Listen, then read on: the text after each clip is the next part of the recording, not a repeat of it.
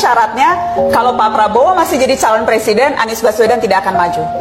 Tapi kalau Pak Prabowo tidak nyapres, mungkin saja lain. Dan saya tahu persis bahwa Pak Prabowo memang akan menjadi calon presiden. Jadi saya sampaikan pada semua bahwa calon adalah Pak Prabowo. Karena itu, jangan memikirkan tentang nama-nama lain.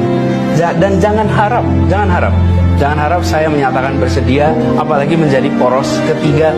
Tidak mungkin. Selama masih ada Pak Prabowo ketika itu. Dan itu komitmen saya dengan Pak Prabowo. Dan pada semua saya katakan, saya tidak ingin menjadi bagian dari orang-orang yang mengkhianati Pak Prabowo. Saya tidak ingin menjadi bagian dari orang-orang yang mengkhianati Pak Prabowo.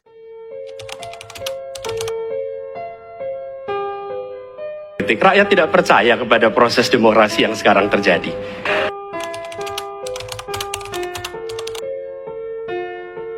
Ketika kita bicara demokrasi, minimal ada 3. 1 adalah adanya kebebasan berbicara.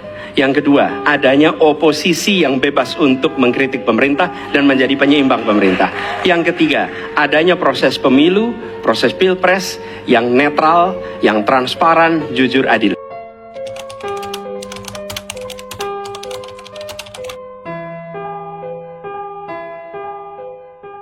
Mas Anies.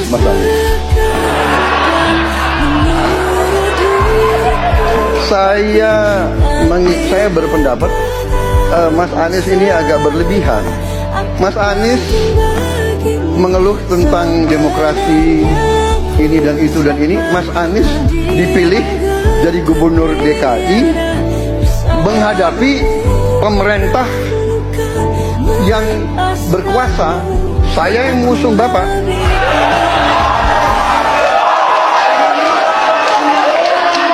Kalau demokrasi kita tidak berjalan, tidak mungkin Anda jadi gubernur.